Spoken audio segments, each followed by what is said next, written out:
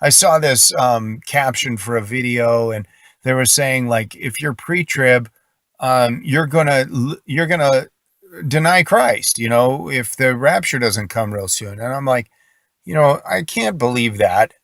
I mean, I'm not pre-trib, I'm pre-wrath, but I know that I'm in the minority. Most people in the world are pre-trib, and most people are making I believe an emotional based decision that's, and any scripture that's behind it is based on the absence of certain elements in scripture rather than the presence of matching up like scriptures, whatever, I mean, I look at 1 Thessalonians 4:16, and I see all the elements, like angel, trump, clouds, loud voice, the Lord, and then we all meet him in the air. And then I see all those same elements in Matthew, Mark, and Luke.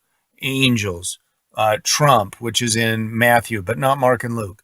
And then meet him in the air, which is in the angels gather us from the four winds, I think it is. And I see all the elements there. So, if you're pre-trib, that means that this scenario is playing out twice. And to me, that's not logical. It's like saying that the four gospels are talking about four different Jesuses. It's like that's obviously not logical to everybody. And to say that 1 Thessalonians 4:16 just so happens to coincidentally have all the same elements as Matthew, Mark, and Luke, it just doesn't make any sense to me. But God bless the pre-tribbers.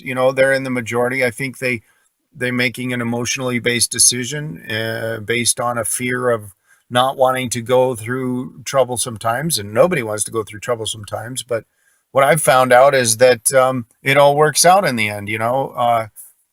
Um, I think the same way that a lot of sensible pre-trib think that we are we are close to the rapture. I think that we are, and it's like right before the rapture, they say nothing will happen. And right before the rapture, like maybe a week or so, or a couple of days before the rapture, I think that we're going to see Jerusalem compassed by armies, the Antichrist, uh, horrible tribulation in Israel. Those are the things that I'm looking for: the black sun, the red moon, the stars falling, great earthquake, and/or commotion in the heavens. And so I hope they don't lose it if Jesus doesn't come this June. It's like don't join the apostasy. Just, I mean, the cards are stacked in my favor, really. And I admit that, because if I'm wrong, my apology is presented to everyone in heaven, and I'm like, I'm sorry.